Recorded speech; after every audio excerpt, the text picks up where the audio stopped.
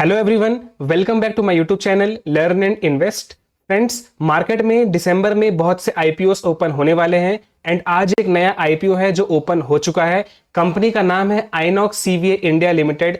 इस कंपनी के बारे में आज के इस वीडियो में हम सभी डिटेल्स को देखने वाले हैं कि कंपनी क्या करती है।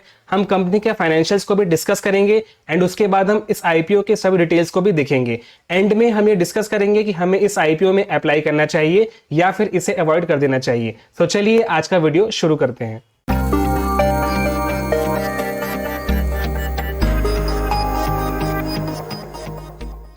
सबसे पहले हम ये समझ लेते हैं कि कंपनी करती क्या है। ये कंपनी बेसिकली क्रायोजेनिक इक्विपमेंट्स का मैन्युफैक्चरर एंड सप्लाई करती है। क्रायोजेनिक इक्विपमेंट्स क्या होते हैं? ऐसे सभी आइटम्स जो कि लो टेम्परेचर पे वर्क कर सकते हैं, जैसे कि हमने लिक्विड नाइट्रोजन देखा होगा जिसे स्टोर करने के लिए काफी कम टेम्परेचर यूज किया जाता है। तो ये कंपनी ऐसे इक्विपमेंट्स का मैन्युफैक्चर करती है और सप्लाई करती है जिसका यूज किया जाता है ऐसे लो टेम्परेचर आइटम्स को स्टोर करने के लिए एंड इसके अलावा सप्लाई करने के लिए। अब ये कंपनी कैसे आइटम्स का मैन्युफैक्चर करती है वो मैं आपको कंपनी की वेबसाइट के थ्रू एक्सप्लेन करता हूं। यहां पर आप देख सकते हैं प्रोडक्ट सेगमेंट्स में स्टोरेज टैंक्स, ऐसे सभी टैंक्स का ये कंपनी मैन्युफैक्चर करती है। इसके अलावा transport tanks, micro bulk units, vaporiser and piping, cryo bio, refrigerant cylinder, इसके बाद oil and gas equipments. So ऐसे सभी प्रोडक्ट्स का ये कंपनी सप्लाई करती है। इसके अलावा सर्विसेज भी प्रोवाइड करती है। नेक्स्ट प्रोडक्ट सेगमेंट आ जाता है एलएनजी सिस्टम्स, जिसमें आ जाते हैं industrial area, infrastructure, high horse power LNG equipment, इसके अलावा ऑटोमोटिव। इसके अलावा ये कंपनी क्रायो साइंटिफिक, जैसे कि जो प्रोपल्शन सिस्टम्स यूज किए जाते हैं, यानी कि जो भी रॉकेट लॉन्चर्स होते हैं उसमें जो प्रोपल्शन के लिए यूज किया जाता है, उसके लिए भी ये कंपनी अपने सर्विसेज प्रोवाइड करती है। तो ये सभी डिटेल्स हो गए इस कंपनी के बारे में। अब हम ये समझ लेते हैं कि कंपनी अभी तक फाइनेंशियली कैसा परफॉर्म कर रही है। सो अगर हम कंपनी के फाइनेंसेस को देखें तो मार्च 2021 से लेकर मार्च 2023 तक कंपनी के जो रेवेन्यू है वो हर साल बढ़ रहे हैं।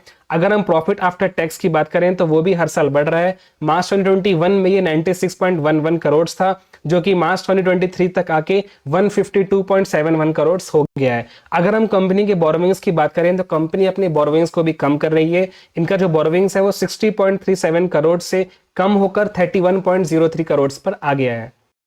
कंपनी के फाइनेंशियल्स को देखकर हमें क्लियरली बोल सकते हैं कि कंपनी स्टेबल नजर आ रही है, कंपनी प्रॉफिटेबल है। अब हम नेक्स्ट देख लेते हैं इस आईपीओ की बाकी सभी डिटेल्स को। आईपीओ ओपन होगा 14 दिसंबर से लेकर 18 दिसंबर तक। फेस वैल्यू ₹2 पर शेयर रखा गया है। आईपीओ प्राइस 627 टू 660 पर शेयर है। लॉट साइज 22 शेयर्स का है, यानी कि एक लॉट में 22 शेयर्स होंगे। अगर हम इशू साइज की बात करें तो ये लगभग 1500 करोड़ का इशू साइज है एंड ये पूरा का पूरा इशू ऑफर फॉर सेल है, जो कि इस आईपीओ के लिए थोड़ी नेगेटिव बात हो जाती है। कंपनी को इसमें थोड़ा फ्रेश इशू भी लेकर जरूर आना चाहिए था, उसके बाद ये आईपीओ और ज्यादा अट्रैक्टिव हो जाता। अब अगर हम आईपीओ के टाइमलाइन की बात करें तो आईपीओ ओपन होगा 14 दिसंबर को, क्लोज होगा 18 दिसंबर को। अलॉटमेंट्स आएंगी 19 दिसंबर से। 20 दिसंबर को आपका रिफंड इनिशिएट कर दिया जाएगा अगर आपको आईपीओ अलॉट नहीं होता है। 20 दिसंबर को आपके डीमेट अकाउंट्स में भी शेयर्स आ जाएंगे एंड 21 दिसंबर को ये आईपीओ स्टॉक मार्केट में लिस्ट होगा। ध्यान दीजिएगा, लिस्टिंग की डेट टेंटेटिव होती है, आगे चलकर ये चेंज भी हो सकता है। अब हम इस आईपीओ का करंट जीएमपी यानी कि ग्रे मार्केट प्रीमियम भी देख लेते हैं, जिससे हमें आइडिया लग जाएगा कि इस आईपीओ की ग्रे मार्केट में कैसी डिमांड चल रही है। इस आईपीओ का करंट जीएमपी 445 रुपीज चल रहा है, यानी कि अगर हम per lot expected listing gains check करें तो हमें एक लॉट में 9,790 रुपए का प्रॉफिट बता रहा है। इसका यह मतलब हुआ कि एस्टिमेटेड लिस्टिंग 68% के आसपास का है। इसका ये मतलब है कि इस आईपीओ की ग्रे मार्केट में अच्छी डिमांड बनी हुई है। हमें इस आईपीओ में लिस्टिंग गेन देखने को जरूर मिलेगा, जो कि 50 to 70% तक के बीच वेरी हो सकता है अगर मार्केट कंडीशंस इसी तरह अच्छे बने रहते हैं। अगर मार्केट कंडीशंस थोड़े नीचे आते हैं तो हमें इसमें थोड़ा कम लिस्टिंग गेन देखने को मिल सकता है, बट ये बात क्लियर है कि इस आईपीओ की ग्रे मार्केट में अच्छी डिमांड बनी हुई है। फ्रेंड्स, अब हम ये समझ लेते हैं कि इस कंपनी के बारे में सभी डिटेल्स को देखते हुए हमें इस आईपीओ में अप्लाई करना चाहिए या फिर अवॉइड कर देना चाहिए।